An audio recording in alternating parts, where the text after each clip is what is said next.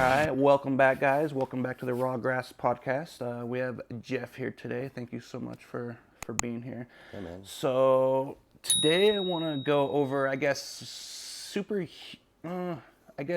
huge things we now see, as in, we have not really have to learn. I'd say should learn. Right. I would say so. Like with that being said, it's kind of more on, how we work at a job, or however how and where to have all of what you have earned, right? Yeah. And then also want to go over, because certain people are like, oh, I should buy a gun, right? Okay, cool, I get that, but how it all is in a whole, right? And I got Jeff here for sure to explain and kind of go more into detail, because you have years and years and years of experience. Yeah. Right. And then, So, maybe I can just tell a little bit about who I am a little bit. So, so thanks for letting me be here, Jay. This will be really cool. Yeah, he's awesome. Excited for this. But yeah, my name's Jeff Crothers. I'm actually from Southern California. I started martial arts when I was 6.5. I'm 41 now, so I don't believe it. 35 years training in martial arts.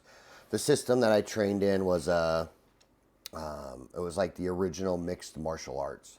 And so we did karate, judo, jiu-jitsu, all based around self-defense. So I did a lot of years of that. And then actually my instructor started a non-for-profit ministry helping people who suffered from trauma. And so we would go overseas. We'd go to like Iraq, Syria, Cambodia, South America. Our team has been over to Iraq in the last 6 years about 18 times. Wow. And done different mission sets there. I haven't been on all of them, but I've been over quite a bit. And in that role, I was basically his executive protection agent. I was his driver, protector, making sure he had security. So I jumped into a lot of firearms, training, personal protection, but then also like protecting your principal, or protecting the person you're in charge of. So I think I gained and gathered a lot of experience kind of from those things. And so I think we can really talk about a lot of that today for sure, just on the martial arts and kind of where to start, on the firearms.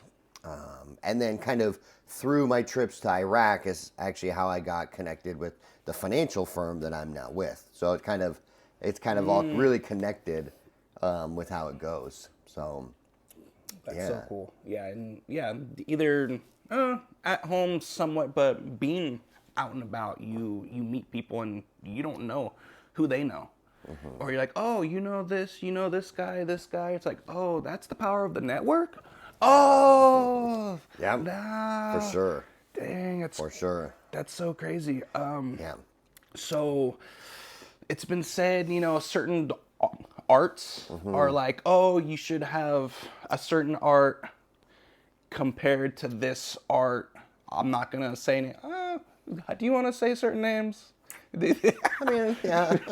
I can say certain names, but well, because like you have people like, oh, you shouldn't. You gotta know how to, first if someone's coming at you, gotta know hands. Right.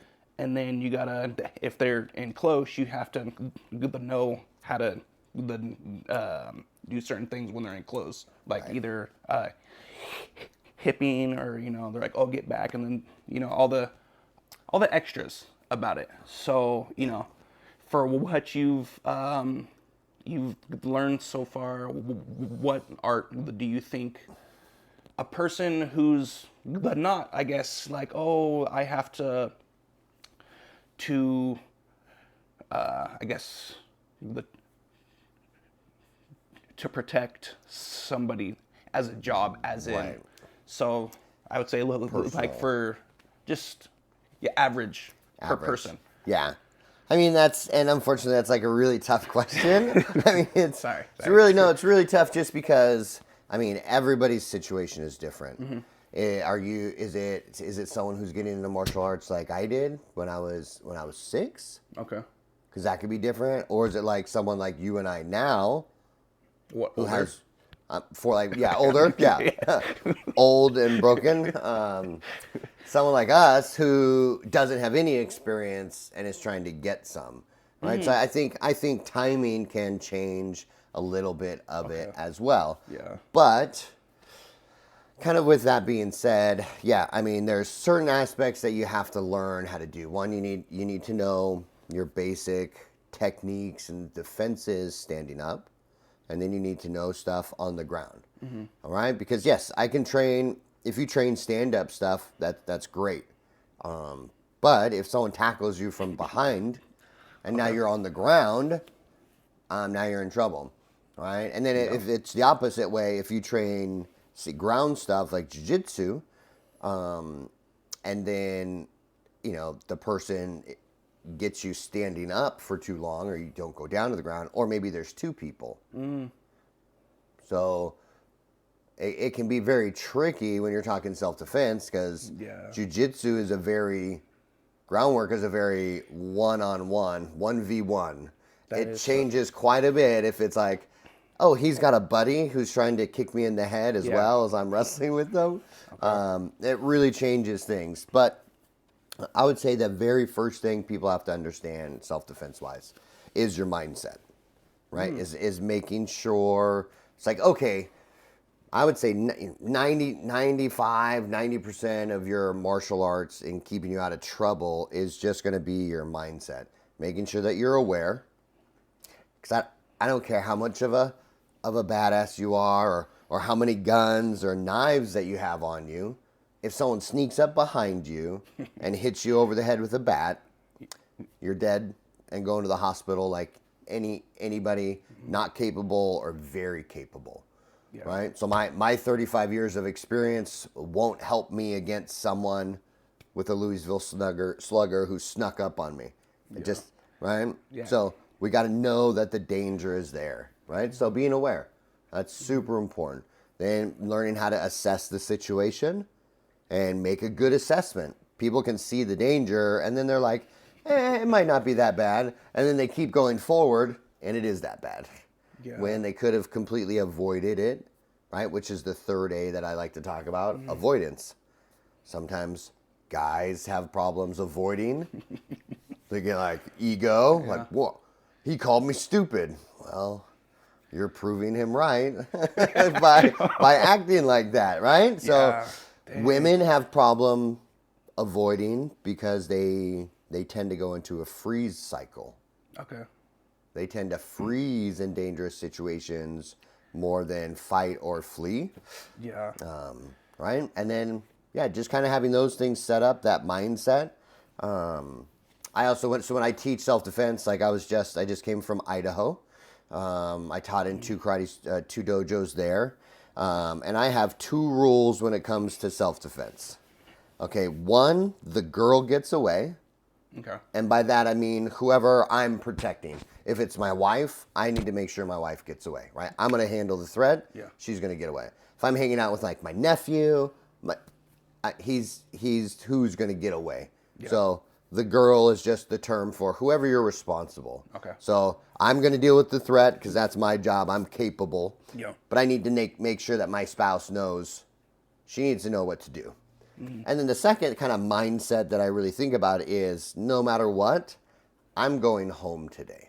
Like I have to have it settled in my soul that I'm going to do whatever it takes for me to get home and not hesitate. If my life is in danger, or I might go to a hospital because I hesitate on whether I hurt someone for trying to attack me, then there's going to be like a lot of people hurt. I always ask the guys that are in my class, hey, how many people would be affected if you didn't come home from this class today? And that's a lot, right? A lot of people would be affected, right? Their family, their friends, their community, people at work, they would be greatly affected because they didn't make it home. Like they didn't have it set in their mind. So those two things are like so critical, especially, you know, I carry a knife, I carry guns, and I have to have those things set in my mind. Like I know when I'm going to use my weapon and when I'm not going to use my weapon. And I have to make those decisions, and those are hard decisions. Yeah, it's a lot of responsibility for that. But I would say there's two throughout my years of training. There's two systems that we've really kind of recommended to people. Okay. And that's Krav Maga, which is the Israeli martial art that they teach their army. So there's a civilian version. It's very self-defense based. Meaning they're doing it to just defend themselves, right? And then Jiu-Jitsu. So learning kind of Krav Maga is like the stand-up. I'm going to gouge somebody's eye. I'm going to break their arm, you know, kick them in the groin. Okay. And then Jiu-Jitsu is getting that other half of the circle, right? The ground game. The ground game. It's kind of more. Yeah, so that ground game. And I mean, even high level wrestling would be fine too. I mean, I know there's, you know, I mean, I can't do anything to an Olympic wrestler on the ground. He'll smash me. Yeah. Or if you're like boom, and then they're like, you're like, I thought you're supposed to be down. No, because I have the balance. You know, all the extras that come with it. Yeah. Now, I mean, if you're really looking for something like you really want to be in shape and you really want to get like really tough, things like that, then you might want to go with one of the like, you know, more like a combative sport like Muay Thai or kickboxing, because that's gonna teach you that stand up, and you're gonna get beat on, so yeah, you will get tougher from it, and I think that can really help you. It's not specifically self-defense, but still, those guys are really good at what they do. Well, up to a point it is, because if you have either at a bar or at the store or wherever, and you have some guy coming over and you just hit them and they're done, you're like, okay, cool. Yeah. But I was told you can't hit somebody unless they hit you, as in like they are a threat and you can't do harm to them. Is that right? Or so I'm from Colorado, so I know the Colorado statutes, like the law. But it's, you know, and I'm not a lawyer, and I'm not giving people any attorney advice. He said, but typically a basic self-defense statute or law would mean if I reasonably believe that I am being threatened, I can and I'm being threatened physical harm. Okay. Like if I believe that someone is about to hit me, I could hit them first because I am being threatened. So it seems weird, right? We were taught in school, never throw the first punch. But here's where that doesn't make sense. Give the guy a knife. I'm giving the guy no knife. Right? He's got a knife. Am I going to let him stab me first? Give him a gun. Yeah. Am I going to let him shoot and miss me first before I can defend myself? So it doesn't, right? It breaks. It seems like it should be a good thing, like, oh yeah, never throw the first punch. And that's, you know, it doesn't work when you add a weapon into it. It's like, oh wait, no. So, I mean, this person is physically intimidating and imposing themselves on me. You will at some point, and the whole thing is you need to reasonably believe it, because if you're taken to court, you have to be able to convince people, hey, this is why I did it. I told the dude to stop. He wasn't stopping. And you were like, hey, I'm backing up. Yeah. His hands are in a fist. Man, I thought he was going to try to rip my face off, and then I kicked him in the leg, and it broke. You know, I just caught him right, and then I ran away, but now he's suing me. Yeah. So just being able to reasonably explain why you did something, you know. And so some of the combative arts are good, but there's a limit. Yeah. Right? It's in the sense of, like, if you're a 100-pound woman going up against a 300-pound man, who's a foot taller than you. Okay. There's only a certain amount of this that's going to do anything. It's not really going to do anything. And so there's other certain things, right? Like, I mean, you can punch a dude in the face, but like, yeah, you punch a bad guy in the face and you just piss him off. Like, yeah. He's like, oh, you just broke my nose and it's bleeding, and then he sees blood, and then he goes, oh, he's mad. He's red. He's mad. Yeah. And at the same time, like, if that happened, okay, cool. But if that happened to somebody who's on something, just be like, well, how is that?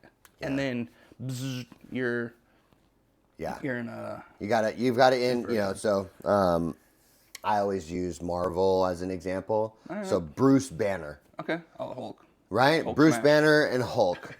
Right? So if you're in a self-defense position where you're severely outmatched, like size, strength, you want to deal with Bruce Banner. Yeah. For as long as possible.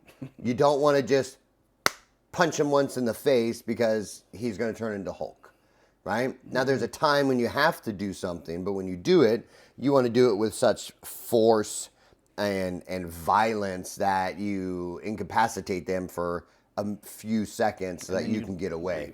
Yeah. So we always teach people you got to affect their ability to see, their ability to breathe, or their ability to move, right? So take away their ability to see, their ability to breathe, ability to move, or their blood, right? You choke them out, right? You take their blood away, they pass out. Quick kick to the knee, he can't fall, he can't chase you. And these things remain true regardless of what mental state they're in the sense of, are they sober? Are they drunk? Yeah. Are they high? Right? These things, right? Because you punch a guy who's drunk and he's not even feeling it, or you hit a guy, I mean, you break a guy's arm that's on PCP and he doesn't even feel it. He'll still swing his mangled arm at you, but you kneecap him and he can't run after you. Then that's how you get away, or you affect his ability to breathe. That's how you're going to get away. So yeah, it's very complex in the sense of how do you make a really good, well-rounded thought process. But I think those are kind of the key components.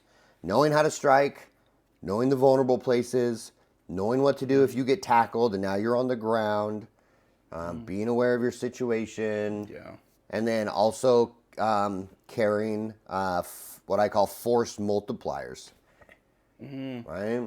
So carrying something like a flashlight. I carry a flashlight all the time. This can be used as a force multiplier. So I take this and I can jab you in the side of the face or stab you in the eye with it. Yeah. Same thing if you have a knife, you could use the knife instead. So a knife in the hands, right? I would say a knife in the hands of a woman versus a man like us, that puts us a little bit more on equal footing. Yeah, we're if I'm using my fist, and she's got a blade. Yeah. Okay. So now our strikes are kind of doing equal damage. Yeah. I can hit her and knock her out, and she can cut me, potentially, and kill me with that too. So it's a force multiplier is always really important. I don't got a flashlight on me. No, I can't.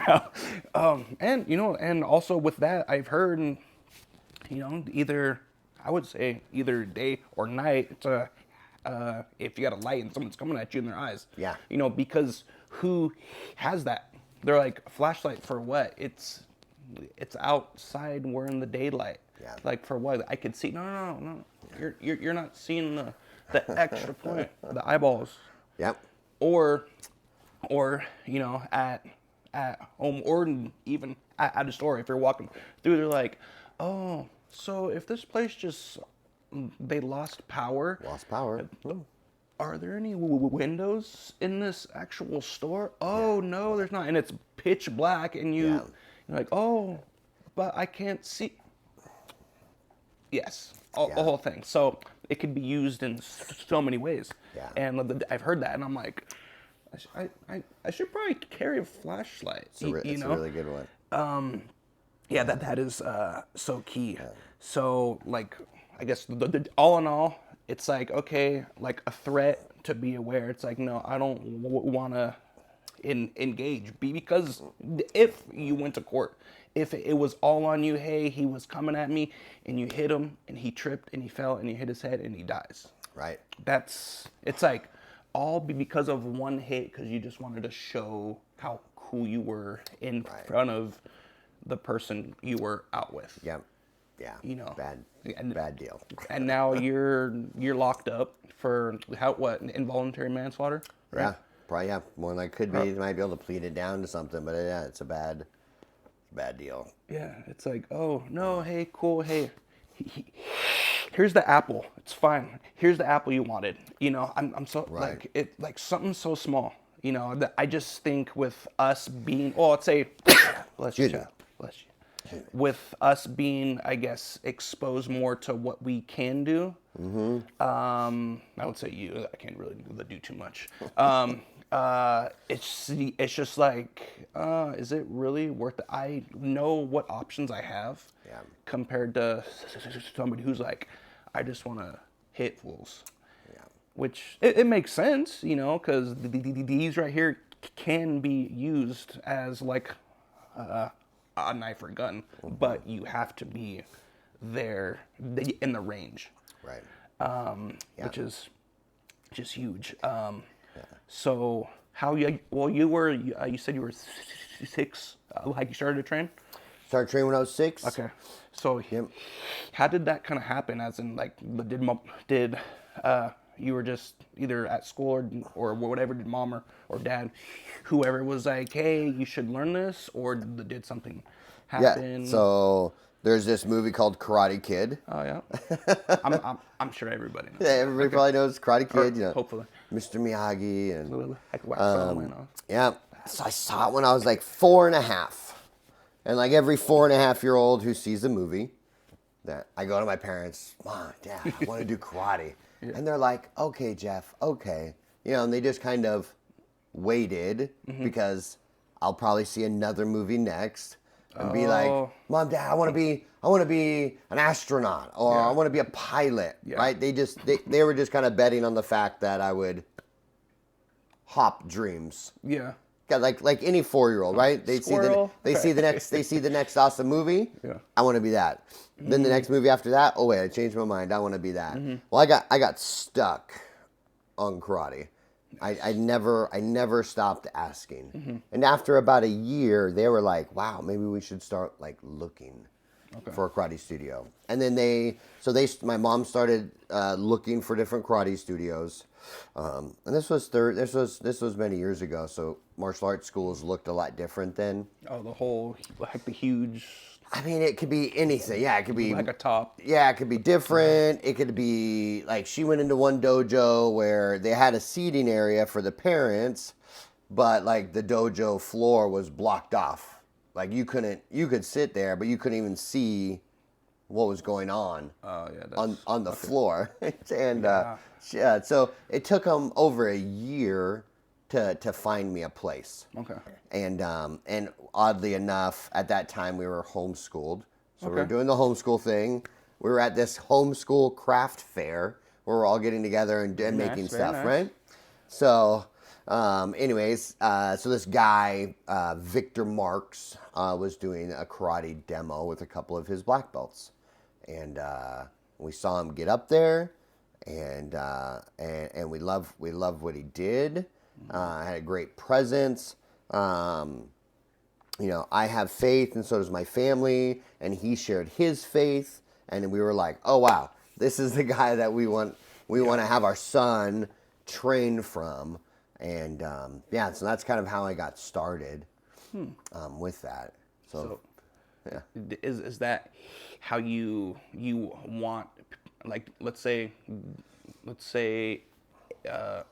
like for certain people out there who are like, oh, I want to be at that school or that school. Is that kind of something how you kind of see whoever out there to look at schools? Yeah, I would say, especially if you're dealing with your child or a young one, you should go in and watch multiple classes and see how the instructors are acting, because that karate instructor is going to become one of the number one influencers of your child. So much, they're going to be very influential. I mean, so much so that if your kid is acting up, like you're gonna take him into the to the dojo and be like, you tell your sensei what you're doing at home, and he'd be like, no, don't make me tell sensei. Right? They're gonna have this really uncanny mentorship power in their life. So if you don't like how they act, don't sign up there, because your son or your daughter is going to start to emulate whatever they're doing. And there's a lot of good places, and there's not good places. So I would say that's the first thing, especially with a young kid. If the instructor has some iffy character or whatever, maybe not might be the best place, for, like I would always, whenever I recommend Krav Maga to someone, I would always tell them, hey guys, this is a very military law enforcement kind of environment. Okay. And so some of those guys are a little more salty. Right? And so I would tell them, you probably want to watch a few classes before, like, you're putting your 10, 11, 12-year-old in there. Okay. Because they're just a little more salty just because of the environment that they're coming from. Police force, military. I mean, those guys do what they do because they need to be able to do what they do. Yeah. But yeah, I think that's a good way to look for a place is go in, watch class, don't sign up. Go find another place, watch class. Yeah. It's kind of like, I know we're not jumping into it yet, but it's kind of like firearms. Maybe this is a good segue.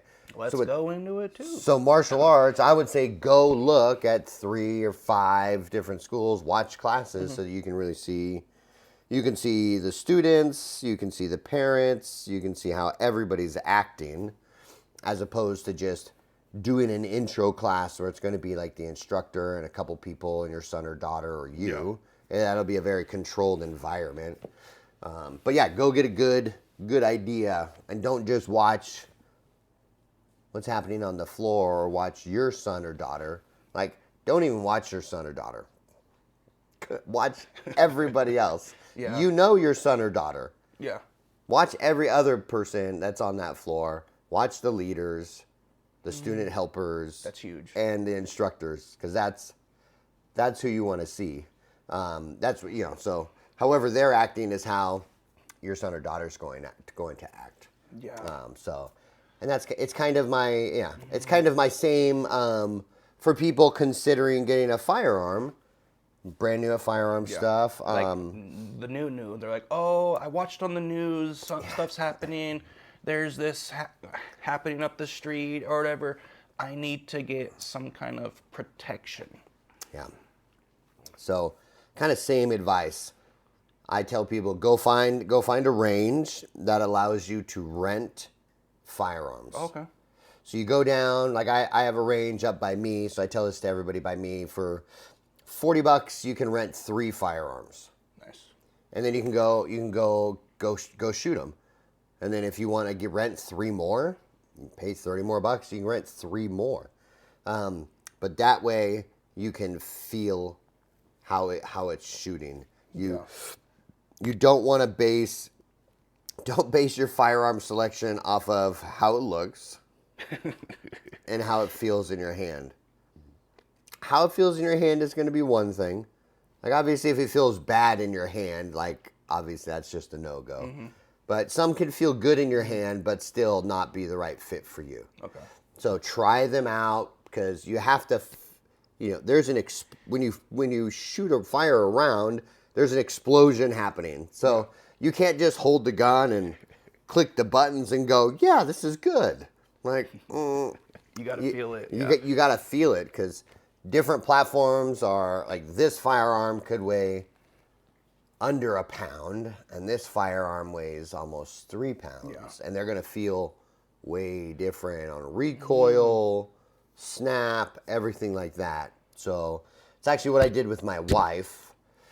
I carry a Glock 19.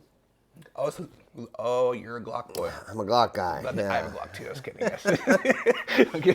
So it was actually the first gun that I really trained with. It was what was available to us when we went to Iraq. Okay. So we carried AK-47s and Glock 19s there, because that's what's readily available. Okay. In Iraq, you can acquire those. He's like, I bought them. You can acquire those. You can acquire those things over there. I showed that. Let me just say, they didn't run a background check on us in Iraq when we got those. Hey, easy. No. But yeah, so I ran a Glock. Anyways, my wife got into shooting, and she couldn't handle my Glock. It was like, it was a little too big. It was too big of a grip, and as a new shooter, it really just kicked and snapped a little too hard for her. Okay. The Glock is a little bit. It's a polymer. It's, most of the body is plastic. It's plastic. It's polymer. Yeah. And the slide is metal. Yeah. So it took too much control. So she ended up getting a Smith & Wesson, a 380 Easy. Okay. And so it's a good platform. It's got a slide that she can action. Because you have some that are like, what is going on? And then it's at a caliber just a little bit smaller than a 9mm, so it's a 380. Okay. So you could still, it can still do damage, right? Hold on. So you have a lot of people out there, oh, you should get a 9, you should get something else. Like, in your opinion, what ammo is like a great one to have for home defense or for just self-defense in the general? So here's my litmus test. Okay. Because I've heard this from, so I'm not military, but I've worked with like the 1% of the 1% in the military. Yes, OGs and they're doing guys. Things. SWAT guys, everything like that. Yeah. So GRS instructors, SWAT guys, and they all pretty much settle on this same thing of, you should be putting 5 to 9 rounds into somebody. Okay. To expect to put them down. Okay. 5 to 9 rounds. Okay. In a fight, interesting. It takes, if you've got to be able to put 5 to 9 rounds in someone, you don't have very much time to do that. Yeah, that is true. You don't have time to go. Sit there. Okay, good. Are we good? Right, but it needs to be. You need to be able to draw and put 5 to 9 rounds in them in a couple seconds. On target. You got to be on target. All right. So when you're thinking about it like that, one, that's gonna limit you on what you're actually physically capable of doing. Mm-hmm. Right. So maybe you can do that with a 40 caliber. Okay. But you might not be able to do that with a 45. Right? Maybe some people can, but it's like, but you still need to train to be able to put that many rounds on them. And yeah, the old saying and the old adage of the 45 caliber being the king. Yeah. It's not really true anymore, in the sense of, like, it used to be ballistic penetration wise, like the 45 was way up here, and then the next caliber was like way down here. But nowadays it's like right there. They're all getting this 9 to 10 inch penetration that's mushrooming out. So literally the 9mm, it has come so far with the advancements in ballistics that it's no longer like so far behind. So I mean, a lot of police forces are switching. They used to a lot of them were always at 40. A lot of them are switching over to 9. Same with the military. A lot of them have switched over to 9mm. Okay. They were doing 40, just because, yeah, the advancement in it is really increasing. Now, yeah, I mean, sure, are there some that are better than others? Yeah, but I still fall back on how long is it going to take you to put 5 to 9 rounds in that? How fast can you put 5 to 9 rounds in that person? Yeah, and put them down. And being kind of like an 8-inch spread. I mean, you think. Yeah. You think here. No. You got. Yeah, upper, right? Yeah, I mean, definitely here. For that. I mean, the gut. It's going to take a long time. It takes a long time. But yeah, you want to be up in this thoracic area, for sure. Because I mean, it's. There's switches. Mm-hmm. Like, I mean, if you hit someone in a switch area, like, it's gonna circuit breaker shuts down.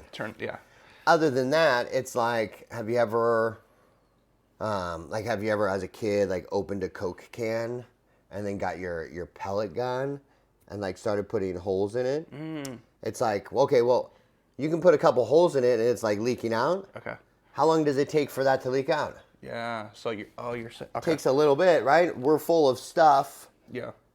I'm not dying until this stuff leaks out. Yeah. So one hole's not going to do it.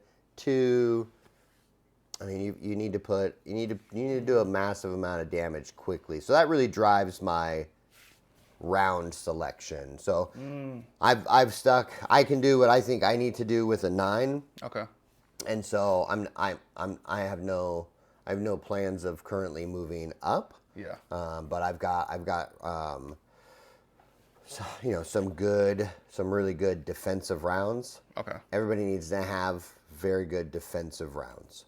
That actually either like hollow point. Typically, I would say, if you're not in a protecting job, you don't need penetrating rounds. You need rounds that slow down in a person. Okay. Which are the hollow points, right? So they go in and then they mushroom out, right? So that creates a lot of trauma inside. Okay, that makes perfect sense. Right? Versus I used to carry, when I did protection work, I would also have a magazine on me with penetrating rounds. Okay. In case, like, someone had body armor, or someone was in a car coming after us. Regular rounds will go through a car, but just having that extra mag with some penetrating rounds if I needed it. Okay. Yeah, that's key. So for that, you need to be, you have to go shoot, and at the same time, you have to learn how to shoot, how to stand, how to hold the gun. Because you have people that shoot like, it bit me. It's like, yeah, because it was too on the slide, all this kind of stuff. I'm like, okay, I get, yes, it makes sense. And for some people, like, I have a gun, but I don't know what to do with it. Yeah. And it's harder here in our state of California. It's bad. I think they just want people to not have one on them, because of course there are people, it's a slim few who do bad things with them, but you're excuse me, but you don't have people out there who actually have them on you that do good.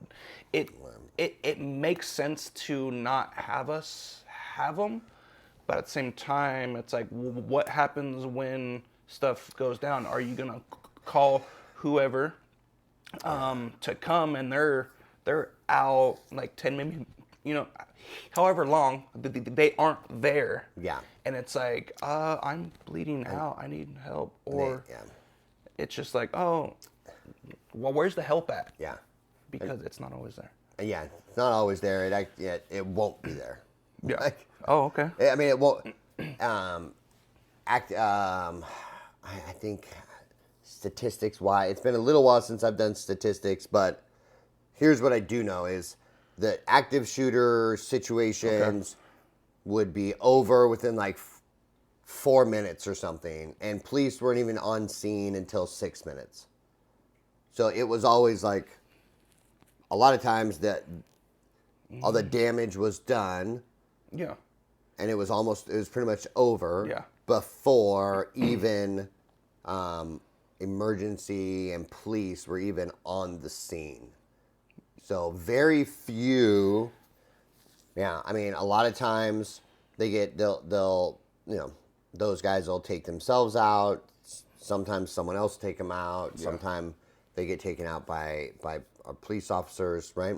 Mm-hmm. But yeah, when it comes to, you are your first responder. You are the first responder.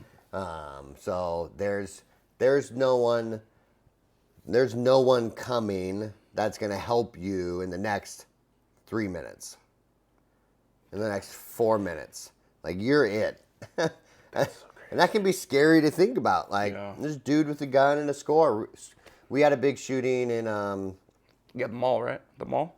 We had a mall one. Okay. Then we also had King Supers, which is like Albertsons. Okay. So it's our version of Albertsons up in Boulder, Colorado. A guy went in there and shot like 10. He shot up a bunch of people, and then ended up. It was very interesting. He ended up surrendering. He actually had body armor. Oh, the person who had his. He was. How old was he? He was, but not old. Not right? Yeah. He was, I think he was in his young 20s. I'm not 100%, but right, like the police didn't show up till most of the shooting was done, and it was like no one in that store had a firearm. So there was no one there to really stop him. So in that mindset, so when it comes to firearms, I mean, you have to have a high level of safety, like safety. Yeah. I mean, learn your safety rules, follow them, practice. I encourage people to, if they're thinking about getting a gun or they have a gun and they want to practice more, like I have a Glock 19 airsoft pistol. Okay. And I do a lot of my dry fire and practice around my house with my airsoft. Safely. Because it's safe. Like, it's not real bullets. I don't have to like constantly check, or there's no accident that's going to happen.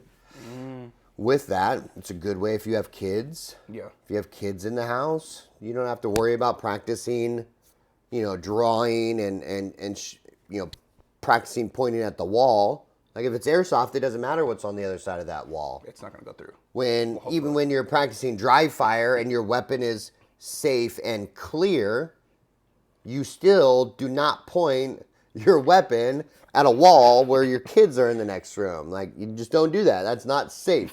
Even though the gun is completely safe, you still never violate the firearms rules of, you never point your weapon at something that you're not willing to destroy. Yeah. I mean, regardless of whether it can shoot or not, you just never do it. So safety is very important. Once again, get training. Like, getting training is so important. So like firearms. Hey, if you've got one, and then if you have it in your house, you have to do fire drills. You remember when we were in school, we still did fire drills.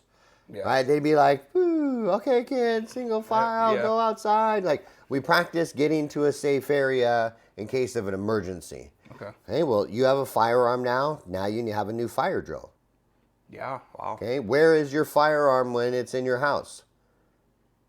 Is it upstairs in your nightstand? Well, cool. We'll go down in the kitchen, have someone with a stopwatch or whatever say, "Hey, someone's breaking in the house. Go." And then you've got 30 seconds to get upstairs, unlock your safe or whatever it is, load and make ready, and you've got that 30 seconds, right? So you've got to practice doing that, especially if you have it in a safe. Right? Yeah. Don't. You're all shaking. Don't get one of these. You're like, or you've got like a 17 keypad. It's got to be safe, right? You want it so your kids can't get to it. The best ones that we found are the biometric ones. Okay. Like, you walk up, It's like a case. Yeah. Put your thumb on it. Put your whatever fingerprints on it. Yeah, whatever. And it pops open. Yeah. Just from thumb hits it, boom, it's open, and you're good to go. So. Yeah, like with that, you know, having old school ones, or be like, oh, you're like, oh, I forgot, you know, because you're under stress. You're under time. Oh, I just heard, or if you're, yeah, how you were saying, if you're not in that same room with it, either wherever you said it's in the safe or whatever, and you're like, I can hear, or boom, boom. You're like, wait, what? You pause. I'm sure just for a second to be like, hey, wait, what's going on? Yeah. And then you go and you're like, okay, right. okay. Is it 2, or you know, you know, it's a thing because at home too, because you're at home, you have to move. Yeah, you gotta move. Either if you have it's you have your spouse, whoever. It's like, oh, you of course have to go you know, you got to make sure they're safe. Right. But then when it goes down, you have to be sure that they are safe. Yeah, they need to be safe in the sense of not being able to access a firearm that they're not supposed to, and then you need to know that they're safe. That when something goes down, they know what they're supposed to do. Like my wife, it's like our son's out of the house. He's a Marine. Nice. He's living with Dad in California. So it's just my wife and I and a couple dogs. But my wife knows, you know, if something goes down, like we had a plan. So actually I need to get a new plan because we moved recently. But at our old house, 2 stories. So come up the stairs, master bedroom, and then over in this way was the bathroom and closet.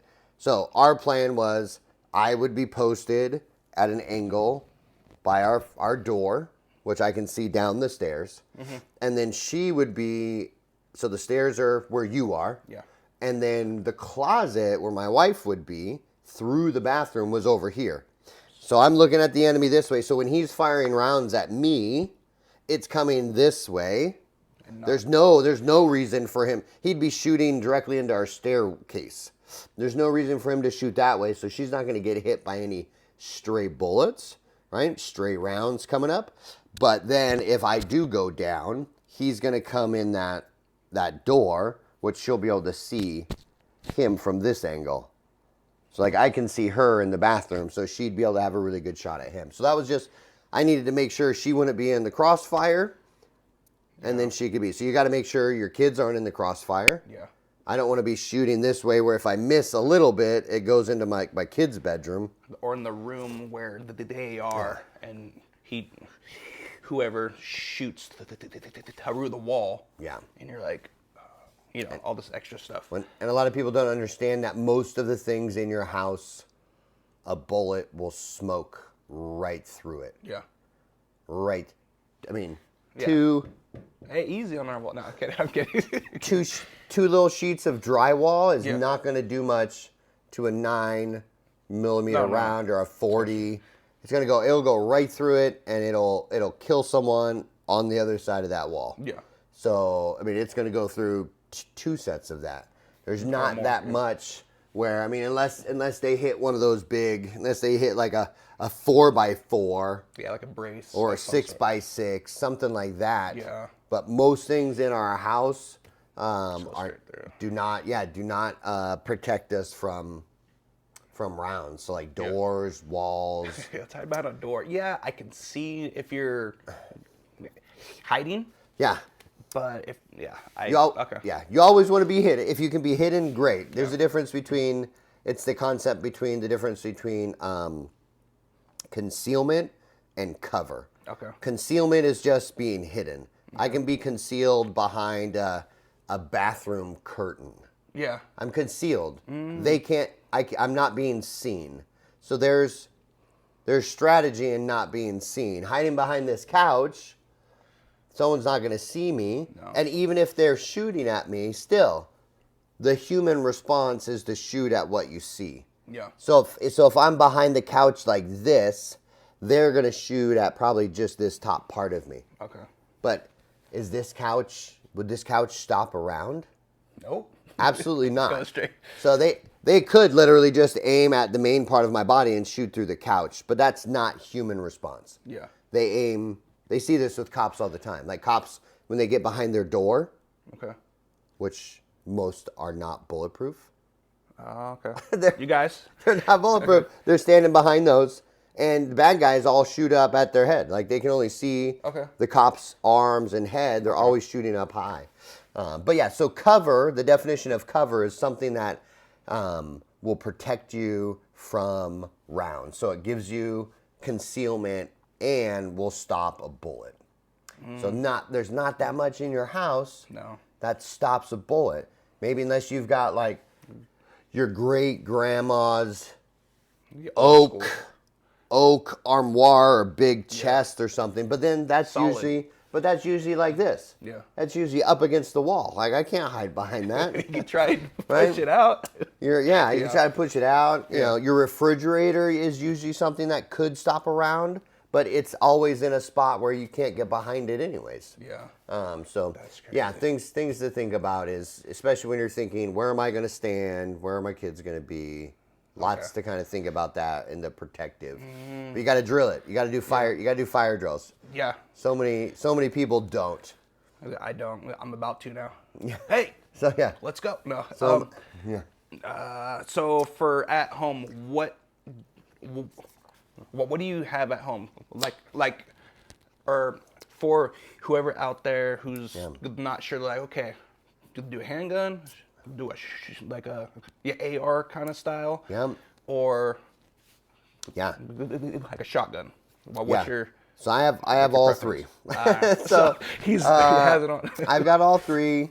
So the shotgun I acquired through a business transaction I did with someone. Like I did some personal lessons with him, and he didn't want to pay cash, and he's like, "Hey, I've got this shotgun." He had taken me shooting a couple times with it, and so I said yes because at the time I was in California, I didn't own any guns. So I actually got I didn't not owning guns? I didn't own guns in California. Oh yeah, it's kind of sketch. I didn't start shooting until 6 years ago, and then really? Okay. And then, but that's when I started going to Iraq. So I did a lot of pride. Let's just say I practiced a lot because I had a very, very real reason to. So yeah, I only shot a handful of times in it here. You know, I did all my martial arts and stuff, but firearms wasn't part of it in California. But when I got to Colorado, I, aggressively was doing it. I mean, thousands and thousands of rounds of ammo and different courses and easy on that because I've heard that as well. They're like 1,000 rounds is a lot. Yeah, not really. No, because if you have like me, I don't shoot a lot, so you have to shoot a lot to stay consistent. Yeah. Because I'd be like, oh, is it 1,000 rounds? You can do that in like I would say, hour or two. Well, yeah, I mean, it depends.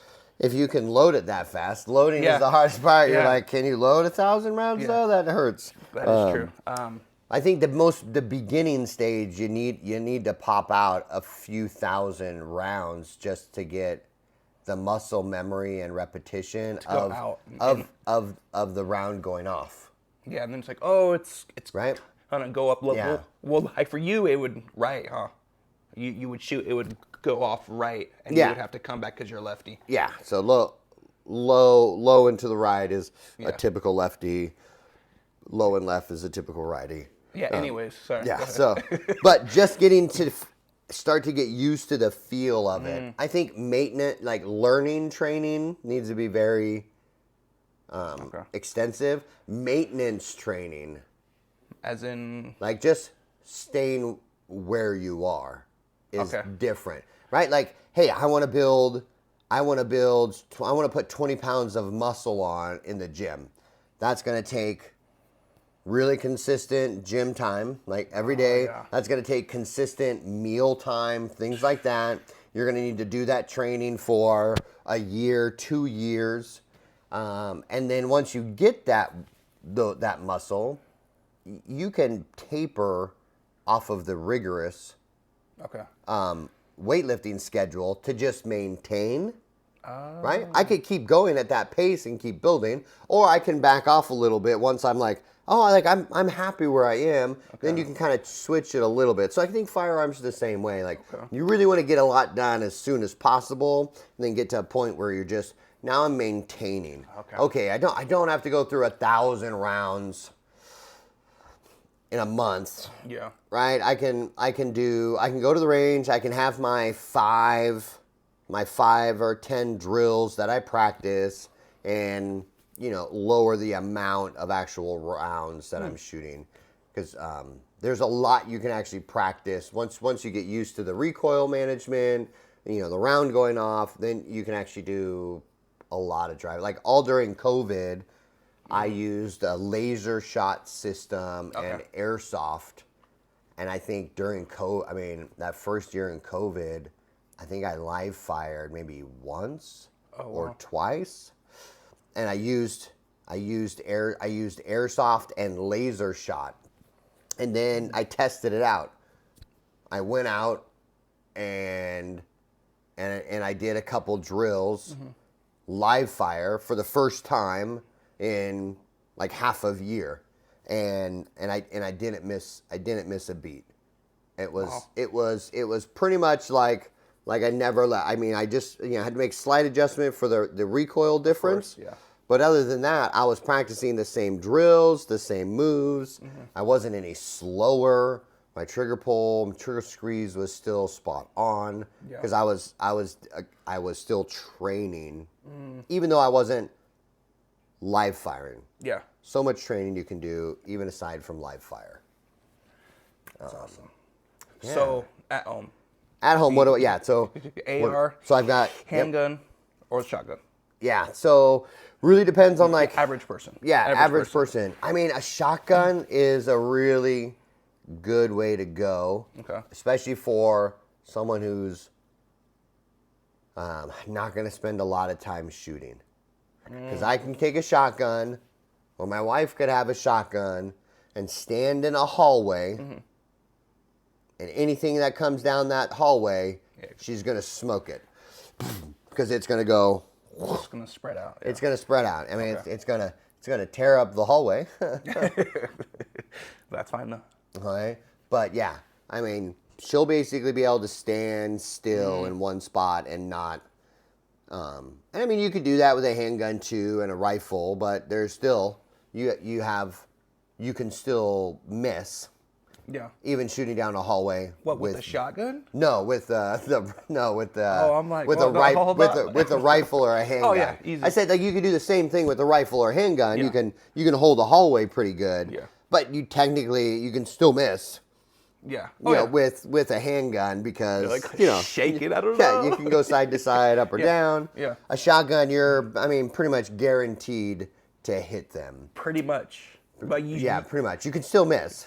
You still have to aim with the shotgun. Still got to aim. Okay, please. Yeah, you should still get training. Okay. Yes. Cool. 100%. Still aim, still train. And then, so, the other weapon that I have is I have a 300 Blackout AR. Okay. And I got that so I can do close quarter combat stuff. So so if I was going around my house, I would be using the AR. I wouldn't personally go with the shotgun myself, but I do a lot of training. I practice moving around I train inside of a shoot house with a carbine and stuff. So I'm used to coming around corners and clearing. I've done practice clearing rooms with a rifle. So I've got a little bit more training in that versus someone who may not have the training to do that. So seek training is what he's practically saying, with either with that, either in homes or just being safe. Yeah. Because that will, if you are safe and you're like, oh, it's clear, is it really? It's like, oh, I forgot to take the mag out after I racked it. They're like, oh, Yeah. I've seen it, I've heard it, and I'm like, so you didn't do okay. Anyway, so all right, let's hop into how to manage your money, or if you have any money. Yeah, right. Because like for what 80 and up percent people, we work paycheck to paycheck and don't have that extra funds to be like, I need to invest into something. I need to have myself set up for retirement up the line.